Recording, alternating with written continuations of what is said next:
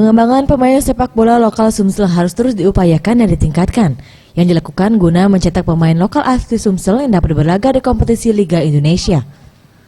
Hal ini menjadi perhatian serius PSSI Sumsel untuk memasukkan agenda tersebut ke dalam program kerja di tahun 2017.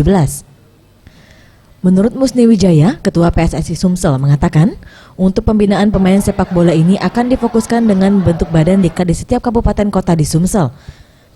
Dan skuad Sriwijaya FC usia 21 wajib berisikan pemain lokal di Sumsel.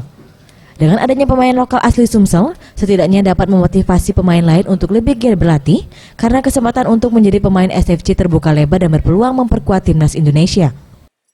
Selama ini kita berharap nantinya SFC itu ada katakanlah pemain-pemainnya itu banyak berasal dari lokal Sumatera Selatan ke depannya.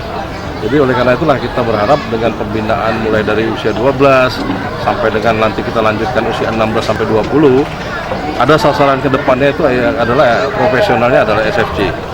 Paling tidak usia 21 dan seterusnya nanti ke mereka ke profesional. Setidaknya untuk skuad SFC U21 minimal diisi 60% pemain asli Sumsel.